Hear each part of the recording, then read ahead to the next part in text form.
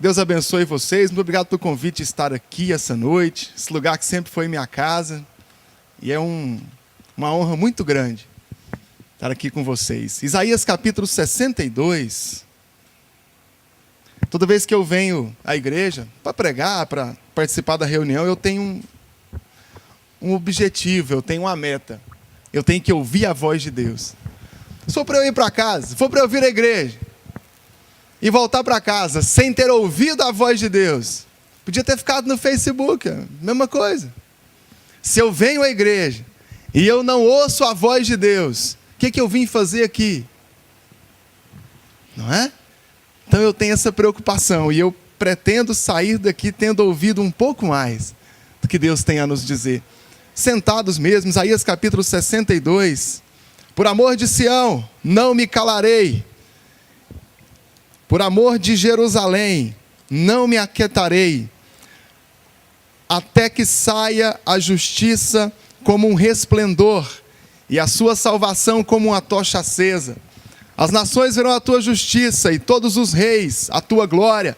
E será chamada por um novo que a boca do Senhor designará. Serás uma coroa de glória na mão do Senhor, um diadema real na mão do teu Deus. Só até aqui por enquanto. Engraçado que o profeta Isaías ele é um profeta do exílio. O povo de Israel estava escravo entre os babilônios.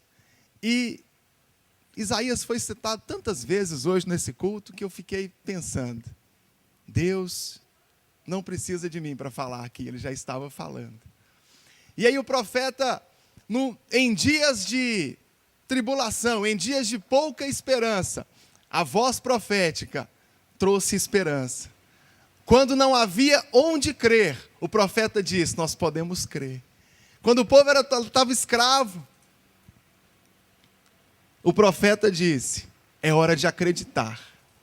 E é até uma característica particular dos profetas da Bíblia, que durante os períodos de maior tribulação, foi quando as maiores profecias de bênção, de prosperidade, de riqueza foram proferidas. Na qualidade de servos de Deus, nós também estamos exilados. Existe um sociólogo do nosso tempo, chamado Zygmunt Bauman. Ele é chefe do departamento de sociologia da Universidade de Leeds. E ele faz um estudo sobre a comunidade e a sociedade. Não é evangélico, talvez seja, mas eu estudei o Bauman esses dias. Que ele fala que a comunidade ela nos precede e que ela vem antes de nós. Quando você nasce em uma sociedade. Essa sociedade ela te ensina o que é bom, o que é ruim, o que é certo e o que é errado. E você faz parte nativamente dessa sociedade, dessa comunidade. E aí o Bauman trata a questão da segurança dentro da sociedade. E eu fiquei pensando uma coisa. Nós não somos dessa sociedade que nós vivemos, não é? Os nossos conceitos morais não são do mundo, são? O que para a gente é certo, para o mundo não é. O que as pessoas que não amam a Deus têm, por exemplo, por uma noite de sábado bem-sucedida, não chega nem perto do nosso, não é? Do nosso padrão moral, das qualidades que nós apreciamos, tanto nas pessoas, nos gestos, nos hábitos, não são os nossos. Porque a nossa comunidade, a nossa sociedade, não é o mundo em que nós vivemos. Tem alguém do seu lado aí? A comunidade é o irmão que está aí do seu lado. É essa pessoa que está aí. Não tente buscar em outro lugar que você não vai encontrar, vai achar aqui.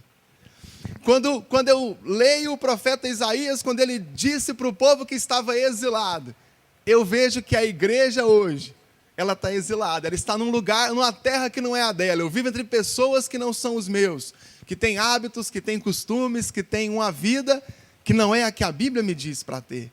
Então eu vivo nessa mesma condição de exilado, de escravo, de alguém que está numa terra que não é a minha. A minha terra não é essa. Quando eu tenho amigos que não são evangélicos, eu vejo isso claramente. Porque o que para mim é bom, para eles não é. Você tem amigos assim também? Você conhece pessoas que não compartilham dos mesmos padrões morais que o seu? Religiosos? O mesmo conceito sobre as coisas? E aí o profeta Isaías nos fala isso. Olha para o versículo 1 de novo.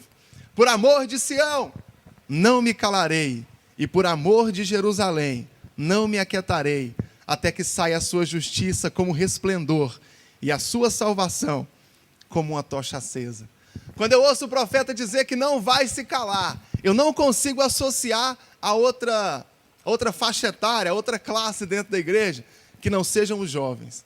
Onde é que nós vamos encontrar um velhinho já, no fim da sua carreira com Deus, dizer que vai ter energia para pregar, para dizer as verdades de Deus, até que Deus se manifeste? Isso aqui para mim tem cara de jovem. Isso aqui para mim tem cara de alguém que tem vigor, tem cara de alguém que está começando a vida agora, e que vai dizer, eu não vou me calar, enquanto Deus não mudar a minha sociedade.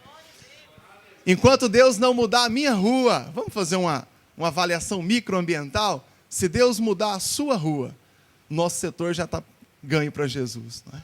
Se o Senhor ganhar, você ganhar o seu vizinho, e você vai dizer, eu não vou me calar, enquanto esse dia não chegar. Eu vou proclamar as bênçãos de Deus. Eu serei um porta-voz dessa boa nova que é o Evangelho de Deus, enquanto Deus não derramar o poder dele.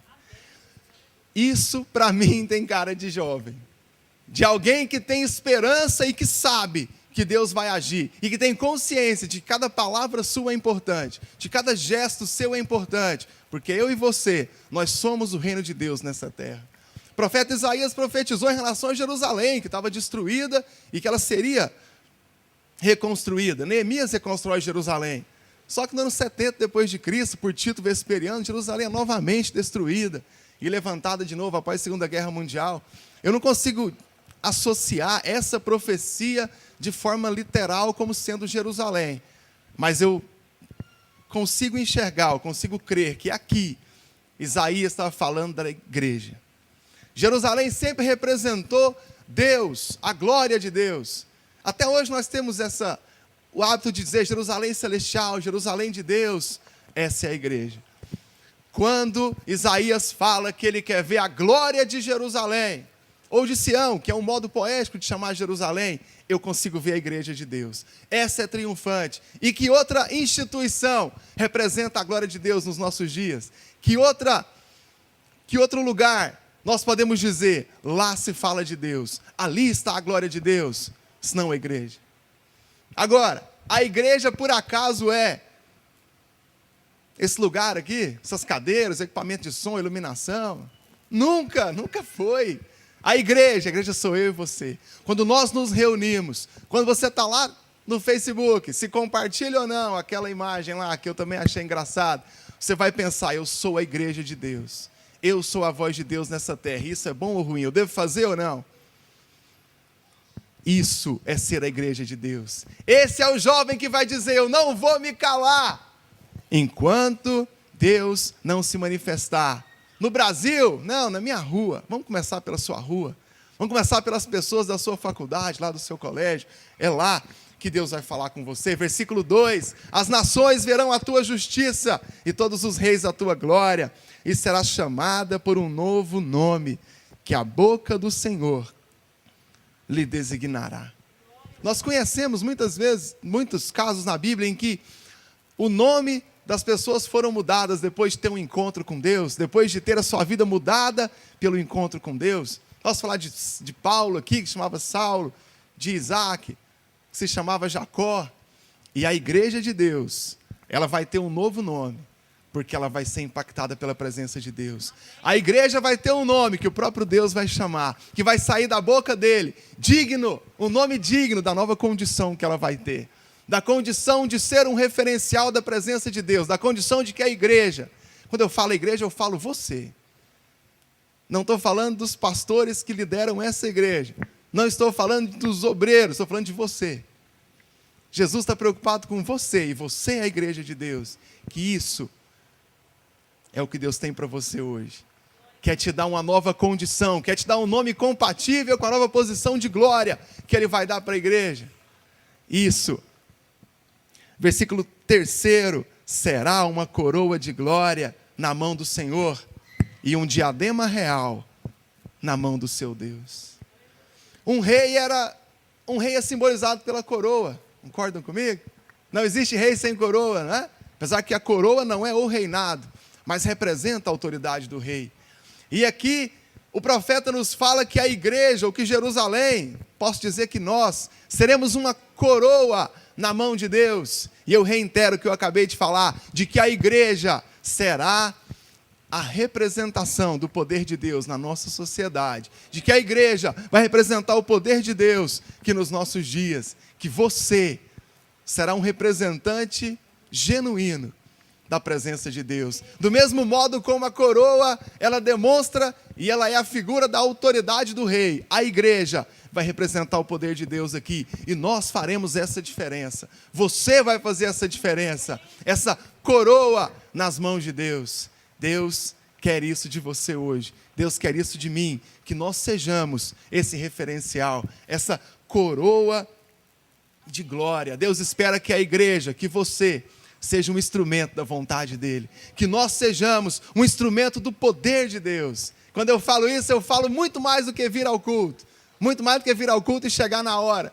Muito mais do que vir ao culto e fazer parte.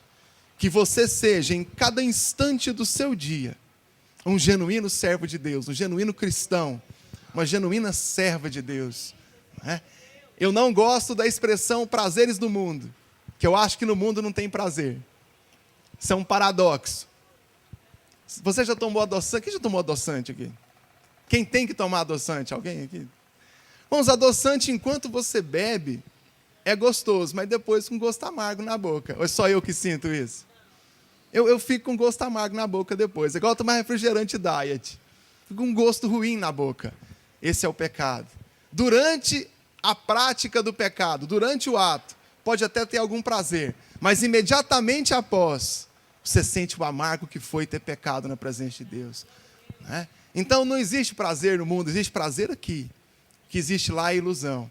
O que existe lá são pessoas que precisam ouvir a voz de Deus. E quem vai pregar para essas pessoas? Você e eu. Você e eu, nós vamos falar, nós falaremos, nós somos essa coroa, esse instrumento nas mãos de Deus, e que Ele vai usar nos nossos dias, que Ele vai usar para os nossos vizinhos, para os nossos familiares, para as pessoas que trabalham conosco, que estudam conosco. Volta para casa hoje tendo essa certeza de que você é instrumento nas mãos de Deus, de que o seu chamado aqui é ser um porta-voz da glória de Deus. Olha para esse versículo aqui, versículo 3, serás uma coroa de glória na mão do Senhor e um diadema real na mão do seu Deus. Aí alguém pode me perguntar assim, mas eu não sou graduado em teologia. Desde quando tem que ser graduado em teologia para falar das misericórdias de Deus? Eu não sou obreiro.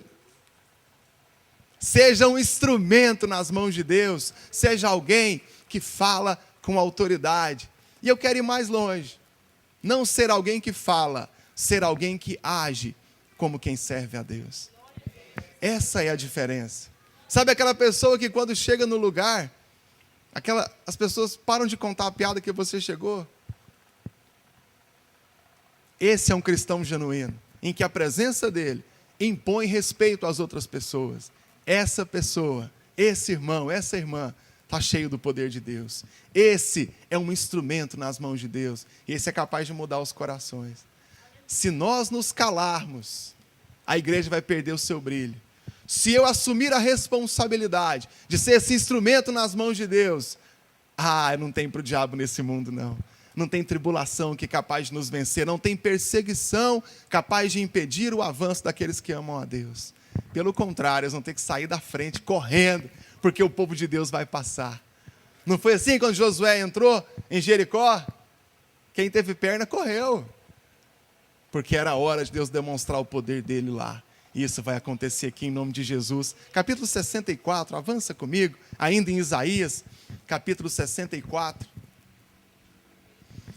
Eu não tenho nada contra os cursos de autoajuda. Eu até acho que é autoajuda mesmo. Aquele que escreve o livro, que ministra a palestra, esse é muito ajudado pela autoajuda. Porque para mim existe uma autoajuda, é o poder de Deus. Não sou contra os avanços da psicologia, acho muito importante, mas jamais vai superar o poder de Deus na vida de alguém. Não é? Jamais. Técnica alguma de motivação é melhor do que ser cheio do Espírito Santo, do que ser cheio do poder de Deus. Nada supera isso, nada. E quando nós estamos tristes, quando eu estou triste, de vez em quando eu fico jururu também, eu fico triste, eu fico pensando, eu preciso que o Espírito Santo invada o meu coração, porque quando ele entrar, não tem doença, não tem crise financeira, não tem perspectiva ruim de futuro, existe a presença de Deus dentro de mim, e ela vai superar tudo. A presença de Deus é capaz de destruir os nossos inimigos, a presença de Deus pode nos dar forças, onde você nem sabia que tinha, lá ela vai colocar.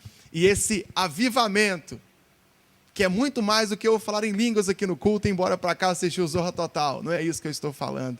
Estou falando de avivamento. Estou falando de quando você não consegue parar de pensar na presença de Deus. Estou falando quando a leitura da palavra te chama a atenção. Quando você deixa qualquer música para ouvir uma que adora a Deus. Quando você não consegue conversar com duas pessoas sem dizer, hoje Deus falou comigo. Eu estava lendo a palavra e eu fui tocado.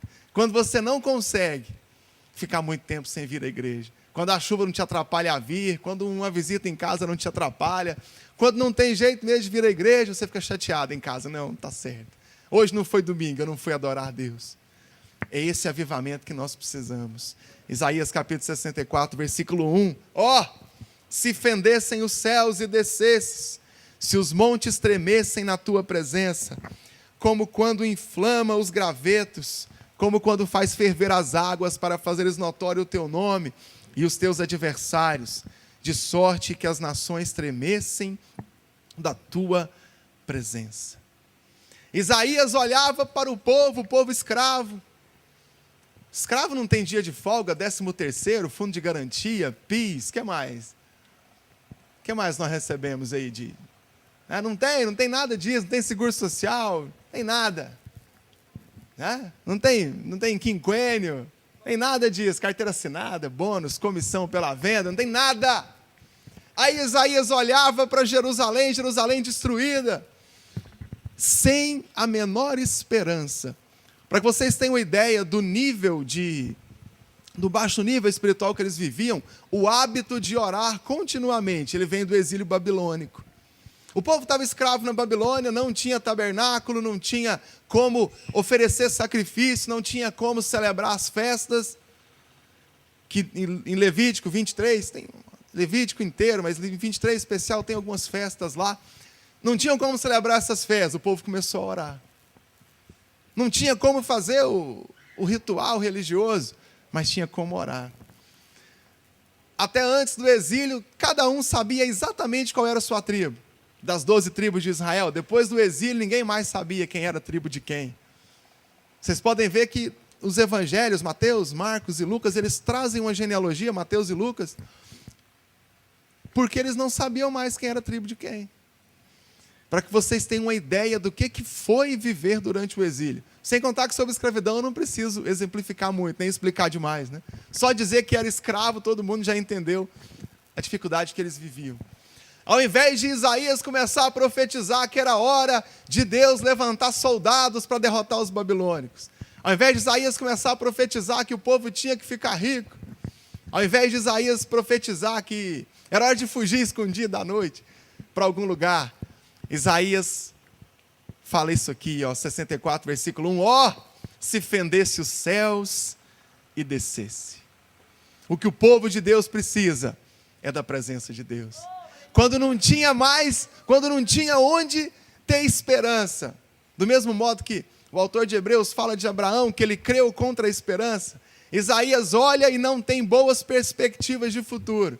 Aí ele ora e diz, se fendesse os céus e descesse. Se essa noite Deus descesse, se o céu se abrisse e a presença de Deus viesse. Não por profecia, por um profeta, ele era o profeta aqui, estava profetizando. Não pela palavra escrita, o povo já tinha a palavra. Ele queria a presença marcante de Deus. Não por intermédio de ninguém, o próprio Deus.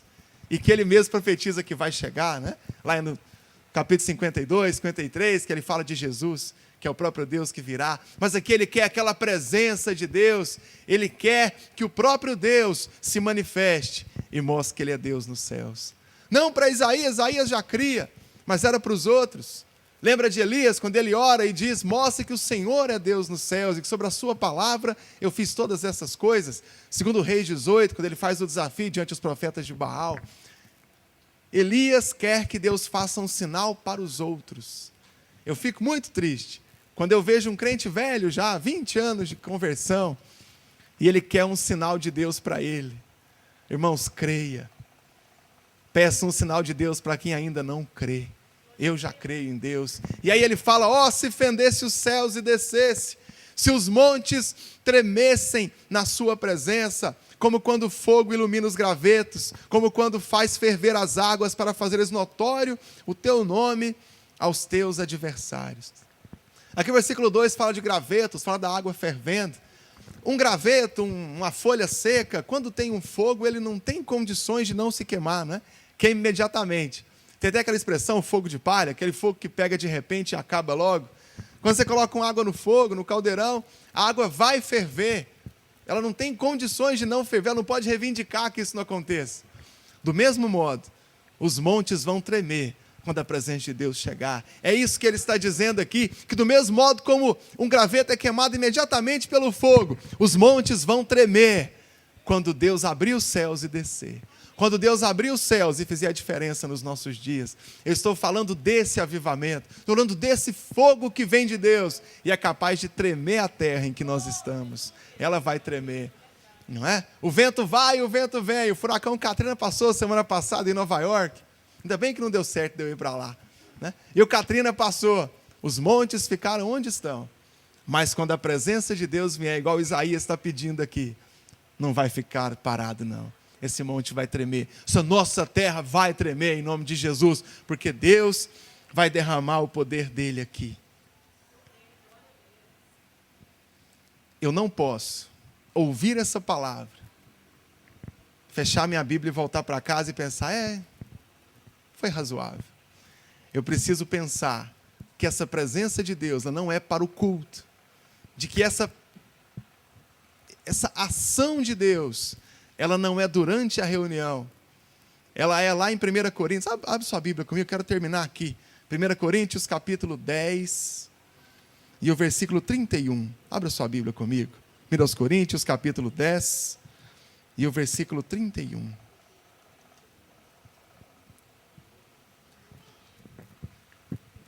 Primeira Coríntios capítulo 10, versículo 31, portanto, quer comais, quer bebais, ou façais qualquer outra coisa, fazei tudo para a glória de Deus.